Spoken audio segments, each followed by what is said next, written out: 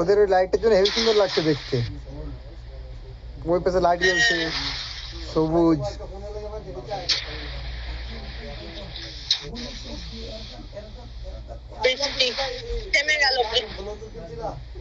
তো দেখতেই পেলে খুব বৃষ্টি হচ্ছে আমাদের এখানে, তোমাদের সাথে আমি ওটা শেয়ার করলাম।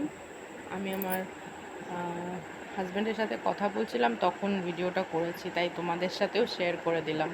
কেমন লাগলো অবশ্যই জানি।